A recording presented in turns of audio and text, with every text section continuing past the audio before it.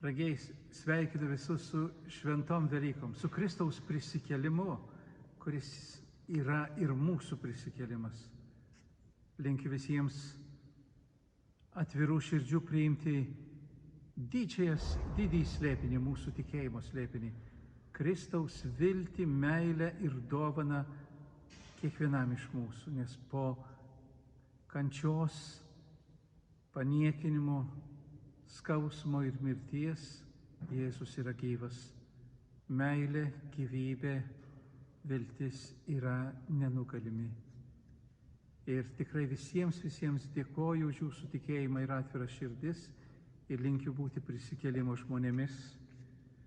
Linkiu visiems velykinių akių, kad pro mirtį galėtume matyti gyvybę. Per ten, kur yra kaltė, atleidimą įžvelgti. Ten, kur susiskaldimą, pamatyti vienybę.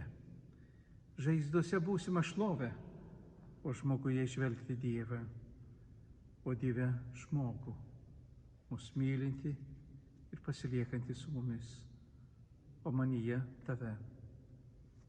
To linkiu visiems mums. Būkite palaiminti, būkite vilties ir prisikėlimo žmonės, nešantis džiaugsmą ir viltį pasauliui. Ačiū Jums.